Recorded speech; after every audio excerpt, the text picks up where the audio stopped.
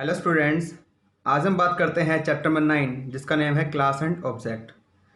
इस चैप्टर के बारे में हम सिर्फ इम्पोर्टेंट टॉपिक को पढ़ेंगे, सारे टॉपिक्स को कवर नहीं करेंगे। पहले मैं बात करता हूँ क्लास की। क्लास क्या होती है? सबसे पहले आपको इसका थोड़ा इंट्रोडक्शन दे देता हूँ। क्लास एक इम्पॉर्टेंट फीचर है ऑब्जेक्ट ओरिएंटेड लैंग्वेज का। ओके। जो क्लास का कॉन्सेप्ट है वो सी की स्ट्रक्चर से लिया गया है। ये बिल्कुल न्यू मेथड है यूज़र डिफाइंड डेटा टाइप को क्रिएट करने का और उसे अप्लाई करने का। इस चैप्टर में हम क्लास और ऑब्जेक्ट के कॉन्सेप्ट को समझने वाले हैं। फर्स्ट बात करते हैं क्लास का। क्लास किसे कहते हैं? क्लास एक यूज़र डिफाइंड डेटा टाइप है जो डेटा मेंबर और मेंबर फंक्शन को एक साथ बाइंड करके रखता है। इसकी डिफाइन क्या लिखेंगे? हम लिखेंगे class is an user defined data type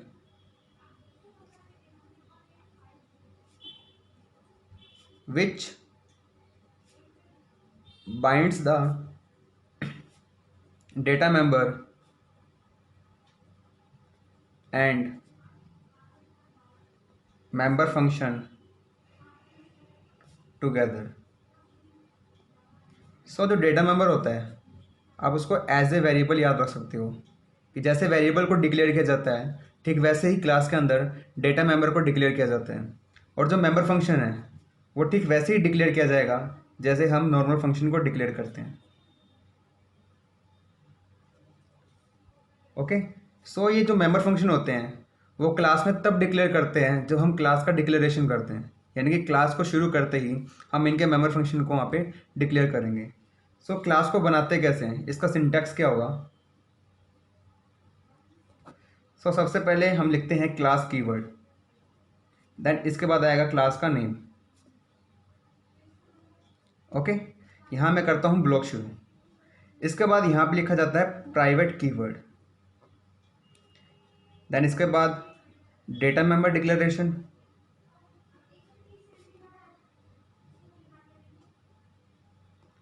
then इसके बाद यहाँ पे आएगा member function declaration. Okay. Then इसके बाद आता है पब्लिक, यहाँ लिखता हूँ मैं डेटा मेंबर डिक्लेरेशन,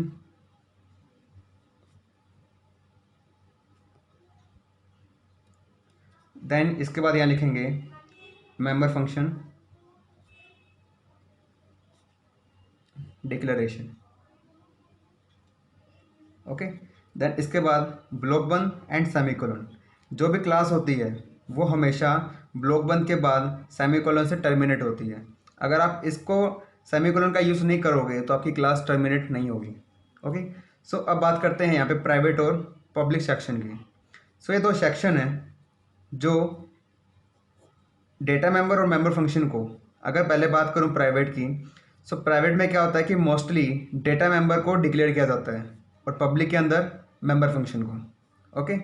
प्राइवेट का यूज़ क्या होता है कि हम जो भी यहाँ पे डेटा मेंबर डिक्लेयर करते हैं हम उसको सिर्फ क्लास के अंदर ही एक्सेस कर सकते हैं, क्लास के बाहर नहीं। क्यों? क्योंकि ये प्राइवेट सेक्शन में आते हैं। और जो पब्लिक में मेंबर फंक्शन आता है इसको हम क्लास के बाहर एक्सेस कर सकते हैं। ओके। क्योंकि हमने मेंबर फंक्शन को पब्लिक सेक्शन में डिक्लेयर किए हुए हैं। ओके। नेक्स्ट अब बात करते हैं क्लास के कुछ इंपॉर्टेंट पॉइंट्स की। फर्स्ट पॉइंट ये आता है जो क्लास होती है वो बाय डिफ़ॉल्ट क्या होती है? प्राइवेट होगी। ओके। आप चाहे यहाँ पे प्राइवेट कीवर्ड लिखो या ना लिखो, ये बाय डिफ़ॉल्ट प्राइवेट ही होती है। ओके। सेकंड पॉइंट ये आता है कि अगर हम डेटा को प्राइवेट सेक्शन में डिक्लेयर करते हैं तो हम उसे बोलते हैं data hiding. Data hiding object oriented programming language का एक इम्पॉर्टेंट फीचर है। ओके। अभी आपको इसका एग्जांपल देता हूँ क्लास का।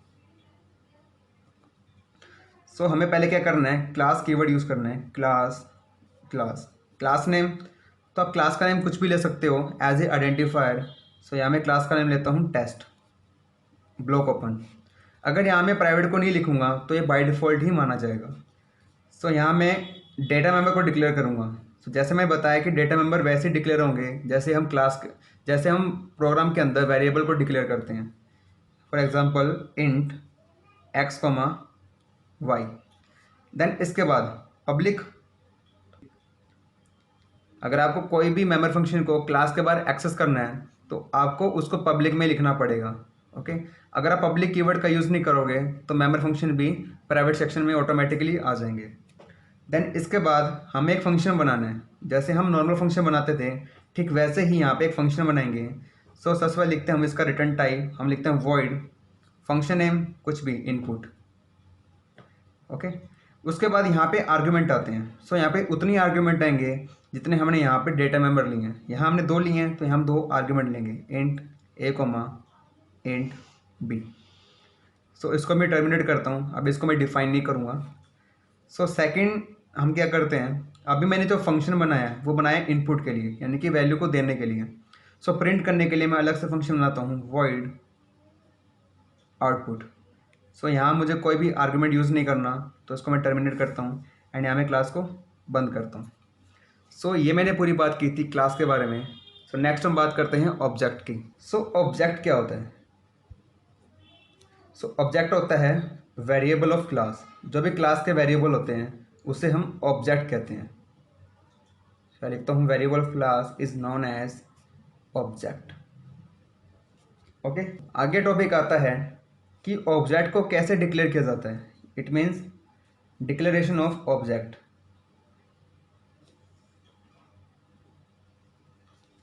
सो ऑब्जेक्ट को ठीक वैसे ही डिक्लेयर किया जाएगा जैसे हम वेरिएबल को डिक्लेयर करते हैं। जैसे वेरिएबल को डिक्लेयर करने के लिए हम बेसिक डेटा टाइप का यूज़ करते हैं, देन उसके बाद वेरिएबल का नेम लिखते हैं ठीक वैसे ही ऑब्जेक्ट को डिक्लेयर करने के लिए पहले हम क्लास का नेम लिखेंगे, देन उसके बाद ऑब्जेक्ट का नेम लिखेंगे। फॉर एग्जांपल, जैसे मैंने लास्ट में क्लास बनाई थी टेस्ट के नाम से, तो यहाँ लिखूंगा टेस्ट। ओके, ये क्लास का नेम हो गया। देन उसके बाद ऑब्जेक्ट का नेम, यहाँ मैं लिखता हूँ ओबीजे। सो टेस्ट एक क्लास का नेम है और ओबीजे एक ऑब्जेक्ट नेम है। ओके, सो नेक्स्ट टॉपिक आता है यूज़ ऑफ क्लास, कि क्लास का यूज़ क्या है। सो सिंपली लिख सकते हो आप असेसिंग मेंबर ऑफ क्लास। अगर आपको क्लास के मेंबर को एक्सेस करना है, सो एक्सेस करने के लिए हम ऑब्जेक्ट का यूज़ करते हैं। यहाँ पे आएगा यूज़ ऑफ ऑब्जेक्ट, क्लास नहीं आएगा। ओके, सो कैसे ही एक्सेस करेंगे, तो हम क्या करते हैं, तो एक्सेस कैसे किए जाते हैं मैं आपको इसका एग्जांपल लिख देता हूँ। सो सबसे पहले आता है ऑब्जेक्ट का नेम जो है OBJ। ठीक है, क्लास के मेंबर को एक्सेस करने के लिए पहले हम ऑब्जेक्ट का नेम लिखेंगे, उसके बाद डॉट ऑपरेटर एंड उसके बाद जो भी हमारे फंक्शन बनाए थे, जो भी क्लास के अंदर फंक्शन को बनाया था उसके नेम यहाँ लिखोगे। जैसे हमने इनपुट और आउटपुट नाम के फंक्शन बनाए थे तो यहाँ मैं लिखता हूँ इनपुट। ओके, सो वहाँ पे 2 ऑब्जेक्ट थे, सो वहाँ पे 2 आर्ग्यूमेंट थे, तो यहाँ मैं 2 वैल्यू को असाइन करूँगा 10, 20।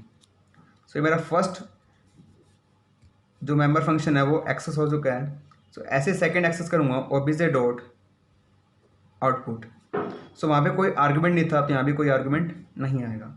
सो ये होते हैं ऑब्जेक्ट। ओके, सो नेक्स्ट हम बात करते हैं कि जो क्लास के मेंबर फंक्शन है हम उसे कहाँ पे डिफाइन कर सकते हैं। It means defining of member function.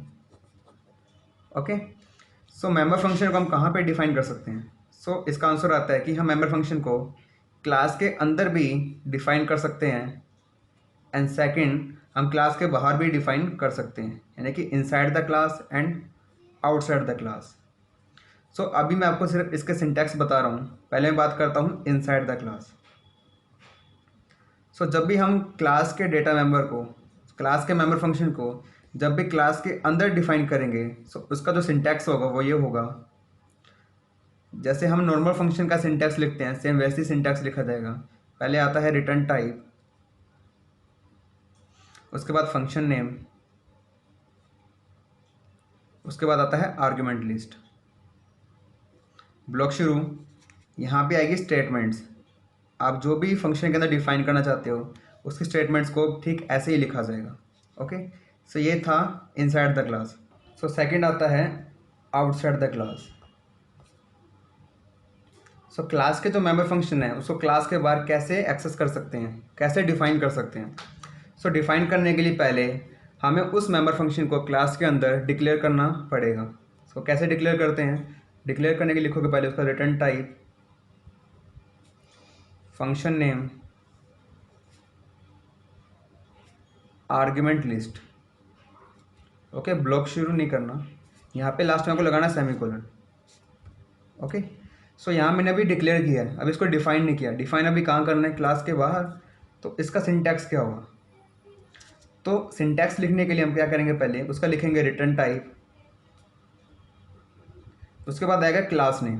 क्योंकि हम क्लास के बाहर एक्सेस कर रहे हैं तो हमें नहीं पता कि जो हम मेंबर फंक्शन बनाएंगे वो किस क्लास के बनाएंगे, तो हमें उसके सिंटैक्स के अंदर क्लास का नेम देना पड़ेगा और स्कोप रेजोल्यूशन ऑपरेटर का यूज़ करना होगा।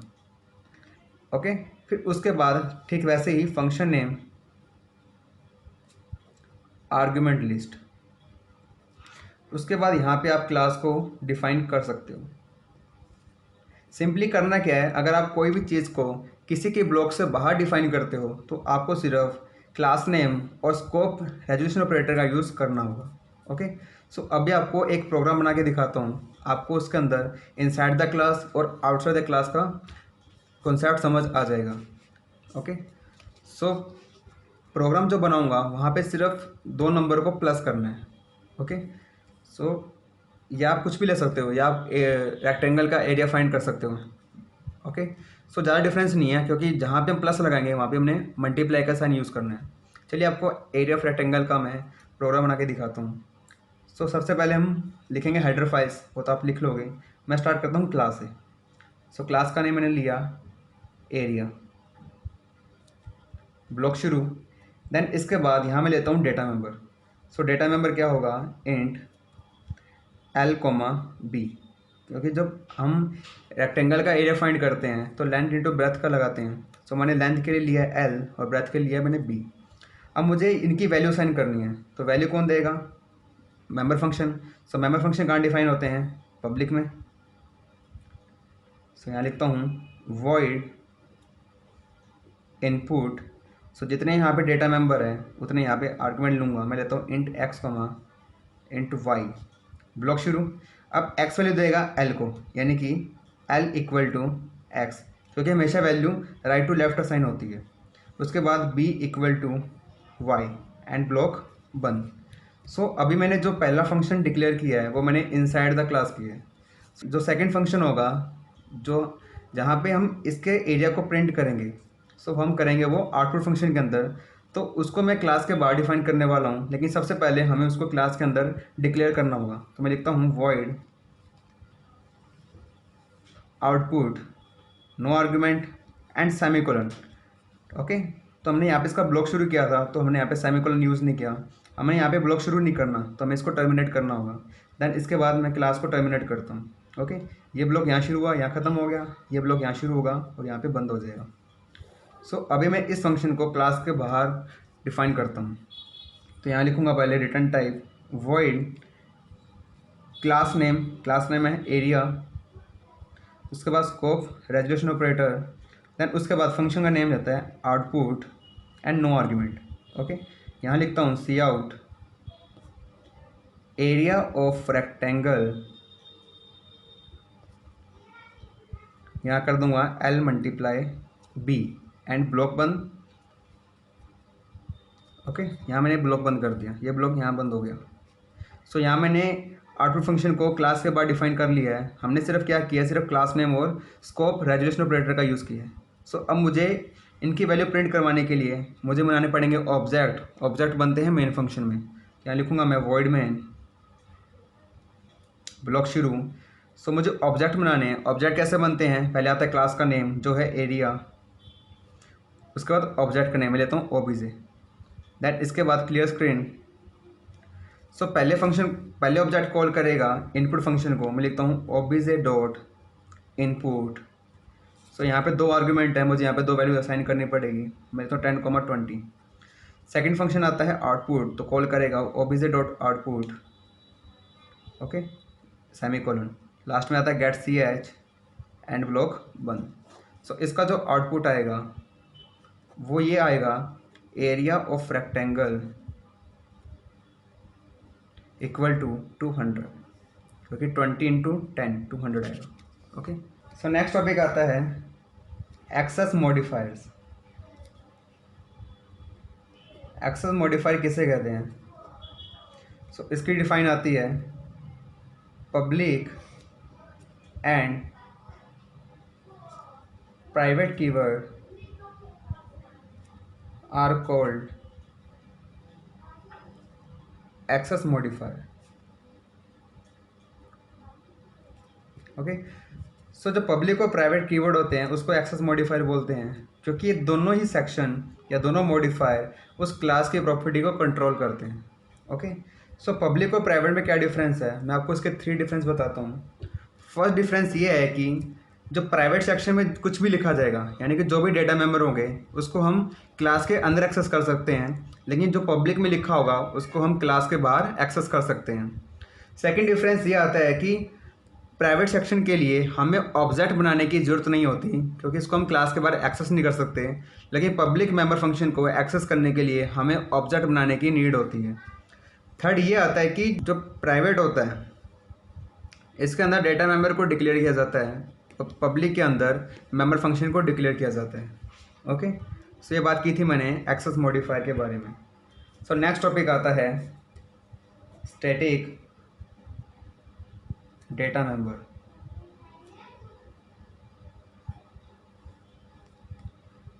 ओके, सो जो डेटा मेंबर होता है क्लास का, हम उसको स्टैटिक भी बना सकते हैं। ठीक है, सो अगर हम स्टैटिक बनाएंगे तो वो क्या काम करेगा?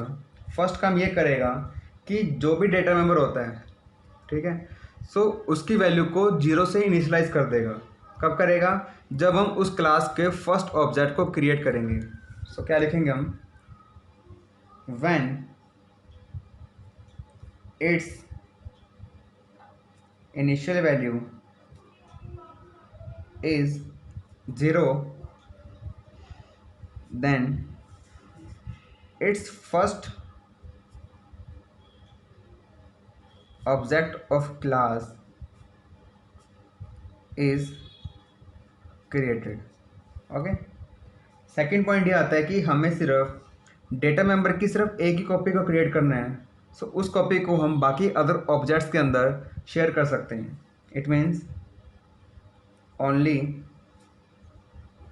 one copy of this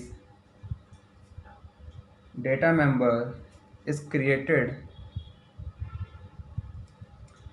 which is shared by all other objects। Okay, so इसके बाद आता है स्टैटिक मेंबर फंक्शन। मैं आपको इस दोनों का प्रोग्राम, इन दोनों टॉपिक के प्रोग्राम मैं आपको एक में ही एक्सप्लेन करके बता दूंगा। Static member function. ओके, सो अगर हम कोई भी मेंबर फंक्शन के आगे स्टैटिक कीवर्ड लगा देंगे तो हमारा वो स्टैटिक मेंबर फंक्शन बन जाएगा। सेम ऐसे ही कोई भी क्लास के डेटा मेंबर को स्टैटिक बनाना चाहते हैं तो हम उस डेटा मेंबर के आगे स्टैटिक कीवर्ड का यूज़ करेंगे। सो इसकी जो फर्स्ट प्रॉपर्टी आती है वो ये है कि जो मेंबर फंक्शन होते हैं, स्टैटिक मेंबर फंक्शन जो होंगे वो किस लिए यूज़ करते हैं? वो सिर्फ स्टैटिक डेटा मेंबर को एक्सेस करने के लिए स्टैटिक मेंबर फंक्शन का यूज़ किया जाता है। It mean it can only access other static data member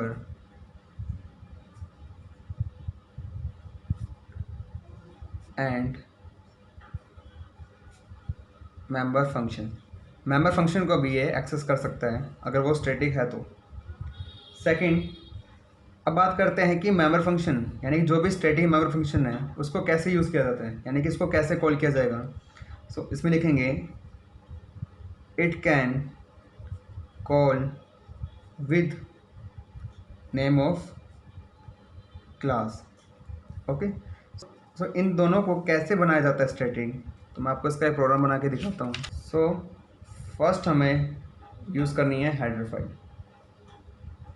hash include iostream.h hash include conio.h।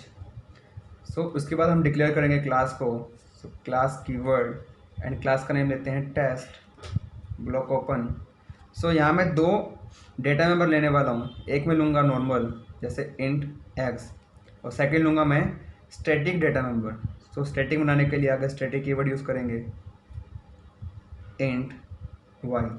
Okay, so अब मुझे क्या करना है, सो वाई की जो वैल्यू होगी वो स्टैटिक होगी, यानी कि वो जीरो से इनिशलाइज हो जाएगी। लेकिन जो एक्स की वैल्यू है वो तो हमें असाइन करनी होगी। सो असाइन कौन करेगा, मेमोरी फंक्शन। मेमोरी फंक्शन कहाँ बनते हैं, पब्लिक सेक्शन में, यहाँ लिखूँगा पब्लिक। सो इसके लिए मैं एक फंक्शन बनाता हूँ वॉइड इनपुट। सो यहाँ मैं ए की आर्गुमेंट लूँगा जिसका नाम लिखता हूँ ए।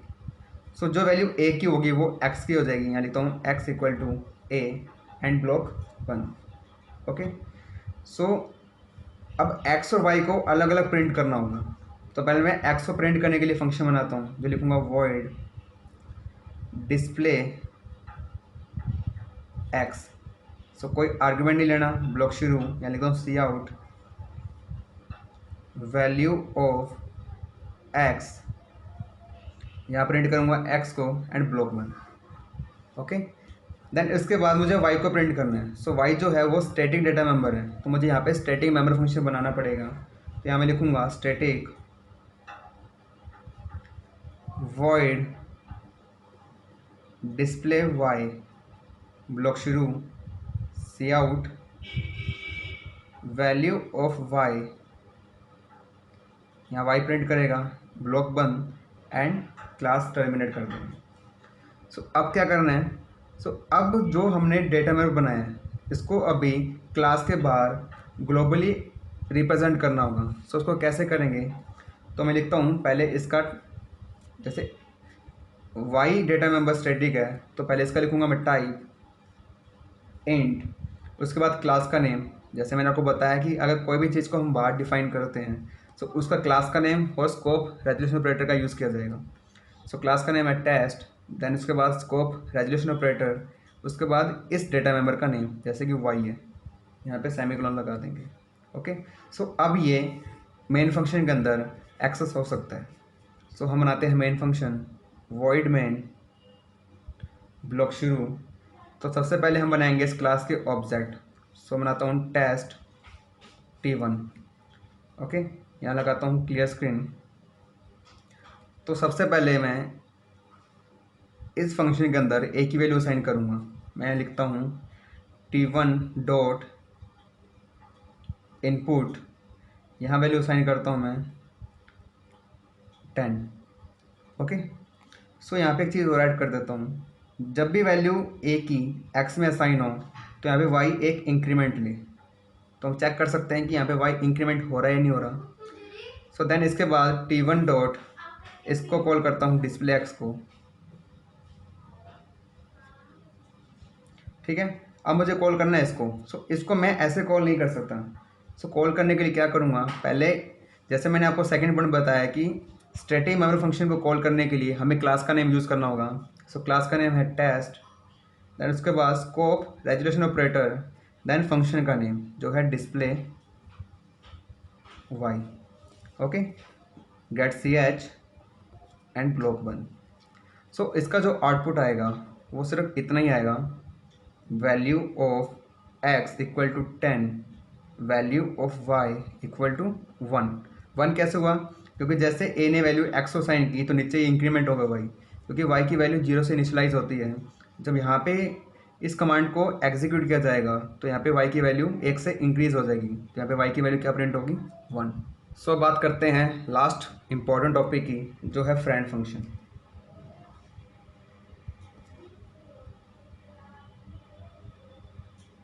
सो फ्रेंड फंक्शन क्या होता है, जैसे कि मैंने आपको बताया कि जो क्लास के डेटा मेंबर होते हैं वो हम क्लास के बाहर एक्सेस नहीं कर सकते।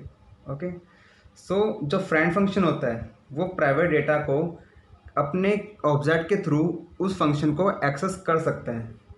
ओके, सो इसकी डिफाइन क्या बनेगी, सो डिफाइन बनेगी a friend function can access private data of a class through its object. Okay, so अब बात करते हैं कि फ्रेंड फंक्शन बनाने के लिए हमें क्या करना होगा। हमें सिंपली क्या करना है कि हम जो भी फंक्शन बनाएंगे उसके आगे फ्रेंड कीवर्ड को ऐड कर देंगे।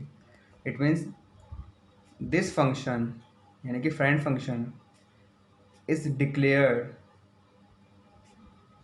With friend keyword. Okay, so जो फ्रेंड फंक्शन होता है वो नॉर्मल फंक्शन की तरह काम करता है। इस फंक्शन के जो आर्ग्यूमेंट होंगे वो इसके लिए ऑब्जेक्ट होंगे, ठीक है। और सो फ्रेंड फंक्शन सिर्फ क्लास के मेंबर फंक्शन को एक्सेस कर सकता है, वो भी उस क्लास के ऑब्जेक्ट की हेल्प से।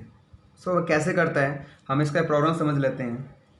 सो प्रोग्राम के लिए सबसे पहले लिखते हैं हेडर फाइल। तो आप लिख लोगे, मैं क्लास से स्टार्ट करता हूँ। सो क्लास नेम लेता हूँ यहाँ पे मैं टेस्ट ब्लॉक शुरू। यहाँ मैं 2 लूँगा आर्ग्यूमेंट। सो यहाँ पे जो प्रोग्राम बनाने वाला हूँ मैं 2 नंबर को प्लस करने के लिए प्रोग्राम को बना रहा हूँ। सो यहाँ लिखता हूँ इंट a, b। सो यहाँ मैं बनाता हूँ एक मेंबर फंक्शन जो बनेगा पब्लिक के अंदर void इनपुट। सो यहाँ पे लूँगा 2 argument int x, int y block शुरू। जो वैल्यू x की होगी वो a की हो जाएगी और जो वैल्यू y की होगी वो b की हो जाएगी एंड ब्लॉक बंद। सो अब मुझे क्या करना है, अब मुझे इन दो नंबर को प्लस करना है। सो प्लस करने के लिए मैं मेंबर फंक्शन की जगह एक फ्रेंड फंक्शन बनाऊंगा। सो फ्रेंड फंक्शन कैसे बनाएंगे, सबसे पहले लिखूंगा फ्रेंड कीवर्ड, देन इसके बाद इसका रिटर्न टाइप होगा int and function name sum. So यहाँ पे एक आर्गुमेंट आएगा क्योंकि ये जो भी मतलब इस डेटा मेंबर को एक्सेस करेगा वो ऑब्जेक्ट की हेल्प से ही एक्सेस करेगा, ठीक है। वो अपने ऑब्जेक्ट की हेल्प से ही इनको एक्सेस कर सकता है। सो एक्सेस करने के लिए हम इसके ऑब्जेक्ट बनाते हैं। सो ऑब्जेक्ट बनाने के लिए क्या करना पड़ेगा, पहले हमें क्लास का नेम लिखना है जो है टेस्ट, उसके बाद इसका ऑब्जेक्ट। सो मैं बनाता हूँ टी नाम से। ओके, सो उसको यहाँ पे टर्मिनेट करता हूँ क्योंकि उसको मैं क्लास के बाद डिफाइन करूँगा। सो यहाँ मैं करता हूँ क्लास को टर्मिनेट। देन इसके बाद अब मैं इस फंक्शन को क्लास के बाद डिफाइन करता हूँ। सो डिफाइन करने के लिए मुझे फ्रेंड का यूज़ नहीं करना, बाकी इस लाइन को एज इट इज़ वैसे लिख देंगे इंट सम टेस्ट टी ब्लॉक शुरू। तो यहाँ मैंने इंट का यूज़ किया है, इट मीन्स यहाँ पे क्या आएगा रिटर्न। सो ये ऑब्जेक्ट क्या करेगा, इन डेटा मेंबर को एक्सेस करेगा। कैसे, object name dot data member name. तो मुझे प्लस करना है, यहाँ लिखूँगा object name dot second data member name जो है b सेमीकोलन एंड फंक्शन बंद। सो अब मुझे बनाने हैं इस क्लास के लिए ऑब्जेक्ट बनते हैं मेन फंक्शन में। यहाँ लिखूँगा void main ब्लॉक शुरू। उसके बाद मुझे अब इस क्लास के ऑब्जेक्ट बनाने हैं, तो ऑब्जेक्ट से वैसे बनेंगे class name and object name. मैं बनाता हूँ s नाम से, यहाँ लिखूँगा क्लियर स्क्रीन। देन इसके बाद मुझे यहाँ करना पड़ेगा इस फंक्शन को कॉल कैसे करूँगा, s डॉट इनपुट।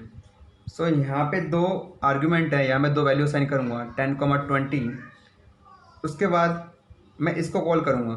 सो इसको कॉल करने के लिए मैं लिखूँगा cout sum is. So function name क्या है सम, इसको मैंने यहाँ कॉल किया। सो यहाँ पे क्या करना है, यहाँ पे टी ऑब्जेक्ट है, ठीक है, और टी ऑब्जेक्ट ने ए और बी को एक्सेस किया हुआ है, ठीक है। सो इनकी वैल्यू भी यहाँ पे आ चुकी है। सो इनकी वैल्यू कौन सा ऑब्जेक्ट लेके आया है एस। सो यहाँ पे कौन सा ऑब्जेक्ट रिटर्न होगा, एस होगा। ओके, यहाँ लिखता हूँ get C H and block बंद। सो यह था फ्रेंड फंक्शन के बारे में। सो आपका चैप्टर 9 यहीं पे कंप्लीट होता है। तो फिर मिलते हैं नेक्स्ट वीडियो में, तब तक के लिए बाय बाय।